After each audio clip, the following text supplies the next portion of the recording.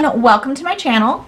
Today we are going to be adding fringe. I'm going to show you how to add fringe to your project. It's such a fun little added detail you can add to scarves, the bottom of tops, even around a blanket. So I'm going to show you how easy it is to add fringe to your project. So what you're going to need, you need your hook, whatever hook you use for your project. You're going to need a measuring tape, scissors, and then the yarn that you're going to use for the fringe. So for this project, I'm adding 12-inch pieces of fringe. I actually want my fringe to be about 5 inches long. So I want my total piece of yarn to be a little bit bigger than that. So I'm going to be cutting 12-inch pieces of yarn. So I'm going to use my measuring tape for that. So I do want them all to be about the same size, but as you can tell, I certainly don't have it down to a science. It's definitely an approximation, but they are all approximately 12 inches long, and approximately works just fine when you're adding fringe, because we're making them a little bit longer than we actually want the end pieces to be, because we're going to trim it up at the ends. So just cut out, I don't really do an exact amount. I just cut a bunch of pieces of yarn, add my fringe, and then cut more as I need it. Okay, that's probably good for now.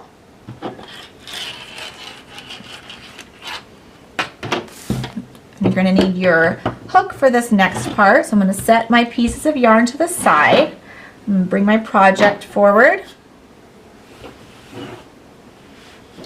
We're going to be adding fringe to these chain 1 spaces at the end of this project. So what you're going to do is you're going to insert your hook into the space you want your fringe to be, and I'm going to take 3 pieces of the yarn for fringe. I'm going to fold them in half, and right where I have it folded, that's where I'm going to grab it with my hook. And I'm going to pull it through the space I want. I'm going to pull it through about an inch or so. Then I'm going to take my hook out. I'm going to put my fingers in that loop I just made and grab the ends and pull it through. And then you're going to tighten it up. And there you go. So again, I'm going to grab my 3 pieces of yarn, because that's how much I'm using for the fringe. If you want thicker fringe, you could do 5, 6, or if you want it lighter, you can just use 2. However many pieces you want for your fringe depends on how thick you want it to be.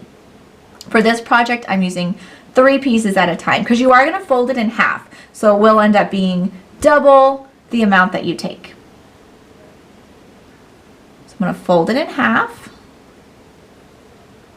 I'm going to insert my hook into the space I want my fringe to be. I'm going to pull it through about an inch or so, take my hook out, then I'm going to use my fingers to loop that end through and tuck it tight. This is the back of the fringe, so the front is on this side where you could see the knot in the front. Let's do that one more time. Take my yarn, fold it in half, put my hook in the space I want my fringe, pull it through, and take my hook out, use my fingers in that loop to pull the ends through, and tighten them up. And don't worry about the ends being super even or not. Like I said, we did this a little longer than what we wanted our end product to be, because we're going to go through and we're going to trim it up nice and straight. And then you can even use a steamer to block it to really straighten out your ends. But don't worry about it being even. Look at my ends are all over the place. And that's fine, because we're going to trim it up when we're all done. So go ahead and repeat that process for your whole project, wherever you want your fringe to be. And then at the end, we will go through and trim it up and make it look nice and pretty.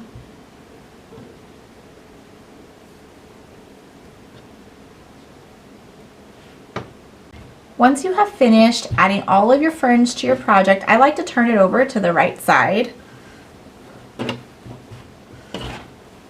Get it all nice and even as you can. You can see my lengths of yarn are all over the place. We are going to fix that up right now. I like to brush it out with my fingers, make it as even as I can. Okay. And then kind of decide on the length that you want your fringe to be. I'm thinking around 5 inches. So I'm thinking about here is where I'm going to cut all the way across. Start on one end. And this is an approximation. I'm certainly not making this exact at all.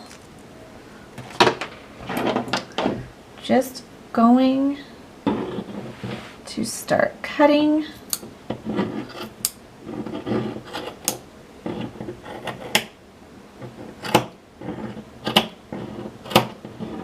All the way across. And I move it out of the way. Make sure it's pretty even. I'm going to do that for my entire project.